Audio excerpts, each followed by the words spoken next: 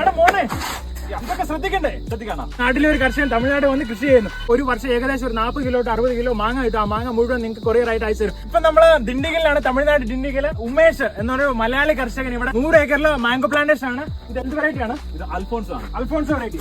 ഈ അൽഫോൺസോ ഒക്കെ നല്ല റേറ്റ് കൂടിയ സമയം. അപ്പൊ നിങ്ങളുടെ ഒരു ഇതൊന്ന് പറഞ്ഞ ആൾക്കാരിലേക്ക് എന്താണ് ഒരു മാർക്കറ്റിംഗ് സ്ട്രാറ്റജി? ഓക്കെ, അപ്പൊ ഈ മാംഗോസ് നമ്മള് ആളുകൾക്ക് നേരിട്ട് എത്തിച്ചു കൊടുക്കണം.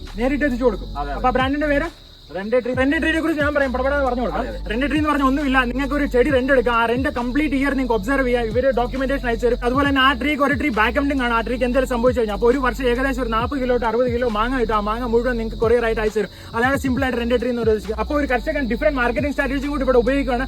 ഈ ക്രേറ്റുകളെല്ലാം ഉണ്ടല്ലോ, ഇതിപ്പം ഓരോ ആളുകളും നമുക്ക് മരം ലീസിന് എടുത്ത ആളുകളില്ലേ, അവരുടെ ഓരോരുത്തരും എടുത്തിരിക്കുന്ന ക്രേറ്റുകളാണ്.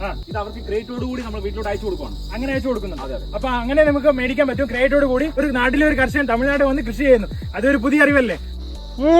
What a taste bud! So lovely!